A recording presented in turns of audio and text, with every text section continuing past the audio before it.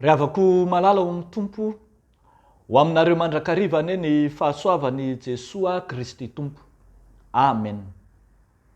Ny anton'ny fiantsona ny mino. Ny anton'ny fiantsona ny mino. Zany no misongadina amin'ity mofinainantsika anio ity. Korintianina voalohany toko voalohany, ny andinin'ny voalohany hatramin'ny fahasivy.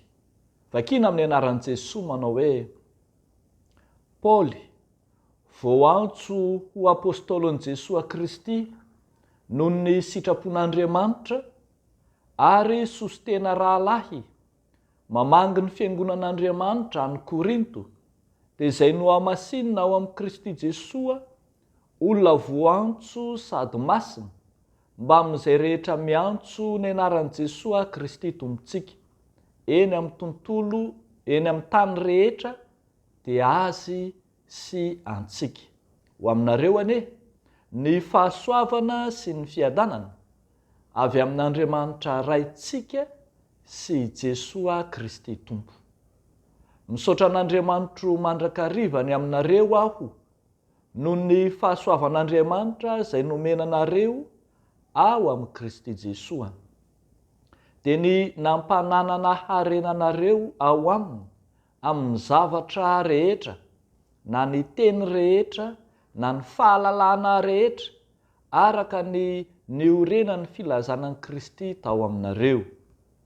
Ka dia tsy latsaka amin'ny fanomezam-pahasoavana rehetra ianareo, miandry ny fisehoan'i Jesoa Kristy Tompontsika, izay ampiorina anareo koa hatramin'ny farany, ka dia tsy hanatsiny ianareo amin'ny andron'i Jesoa Kristy Tompontsika. Mahatoky Andriamanitra izay nahatonga ny fiantsonanareo, hanananareo firaisana amin'ny zanany, dia Jesoa Kristy Tompontsika. Ray masino, manamasinanay amin'ny fahamarinana, ny teninao no fahamarinana. Amen. Ny anton'ny fiantsona ny mino. Eto amin'ity soratra masina ity dia asehon'ny apôstôly Paoly eo am-piandohan'ny epistily fa zava-dehibe ny fiantsona ny mino, ary misy fototra maneho ny antony ny fiantsona ny mino tsiraray avy, tarafina tamin'ny fiantsona ny apôstôly, dia ny apôstôly Paoly zany.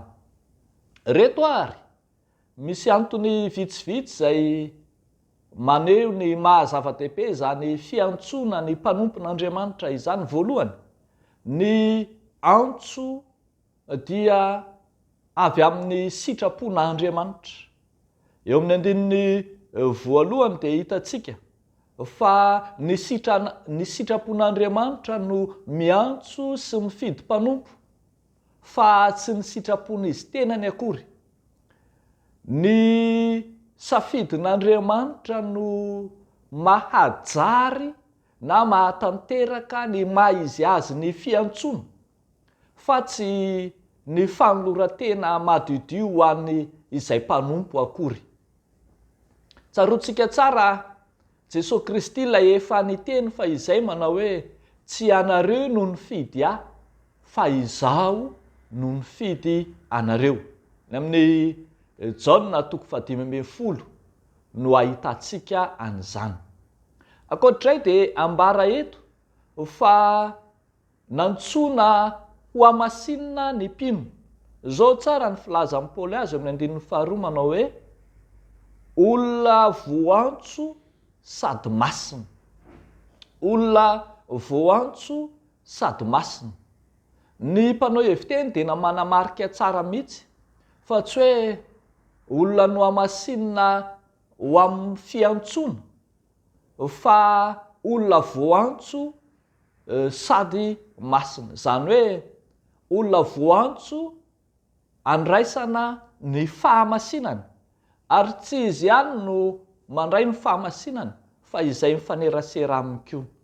Olona voantso sady masina, mba amin'izay rehetra miantso ny anaran'i Jesoa Kristy Tompo eny amin'ny tany rehetra. Mazava zany ry havako fa tena antony na fototry ny fiantsona ny anamasinan'Andriamanitra ny mino. Mahatsiarontsika ny tantaran'ny apôstôly Paoly sy ny fahininy ny lasany izay nambarany fa olo koa azy mpanota efa nivadika tamin'Andriamanitra kanefa dia natsoan'Andriamanitra ho amin'ny fanompony ary no amasininy anana andraikitra masina. Fa raha toizantsika ihany ny fanazavana dia mbola mahataritra ihany koa tsika fa miantso olona Andriamanitra hanomezany sy ampivelarany ny fahasoavana. Misaotra an'Andriamanitra mandrakarivany aminareo aho noho ny fahasoavan'Andriamanitra izay nomena ao amin'ny Kristy Jesosy. Io fahasoavan'Andriamanitra io no antony fiantsoana. Io fahasoavan'Andriamanitra io no ampivelarana ny fanomezam-pahasoavana samihafa ao amin'ny amin'ny zavatra rehetra dia mampanana harena amin'ny zavatra rehetra hoy izy amin'ny teny rehetra, amin'ny fahalalana rehetra.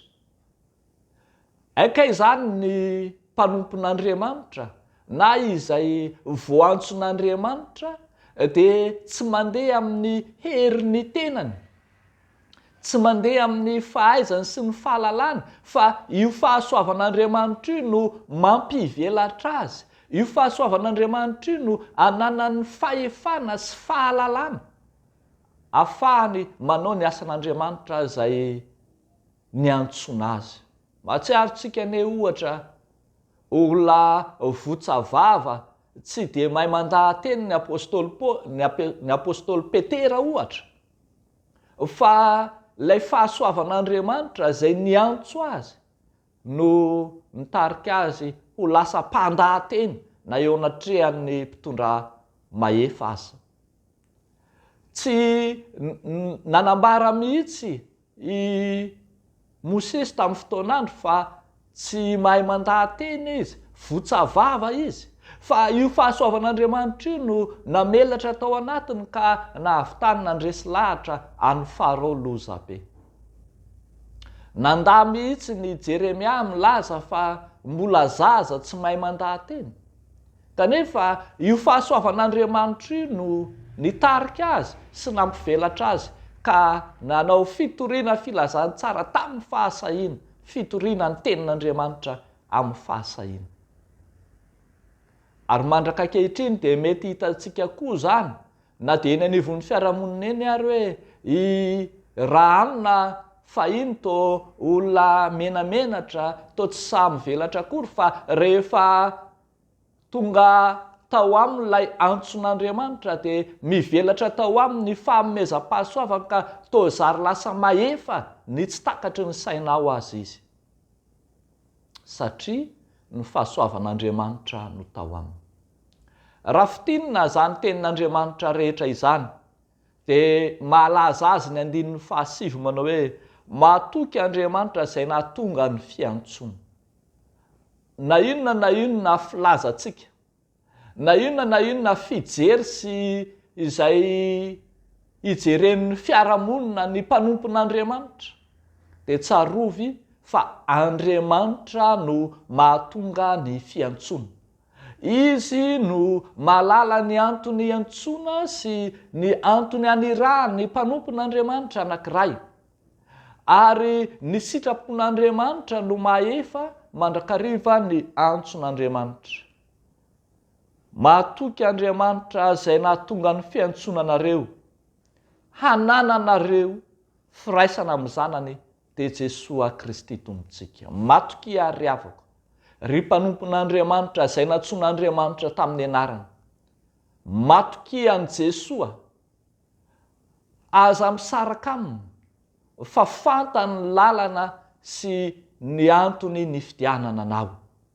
Dia ho hitanao fa ho tanterahany ny teny fikasanany aminao sy ny amin'ny fifidianany izay niantsony anao.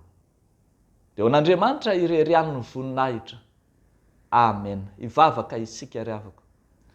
Misaotra anao izay Jesosy malalany amin'ny izay nifidiananao anay, nampaherezanao anay, ny antsona ho anay manokana, anana ny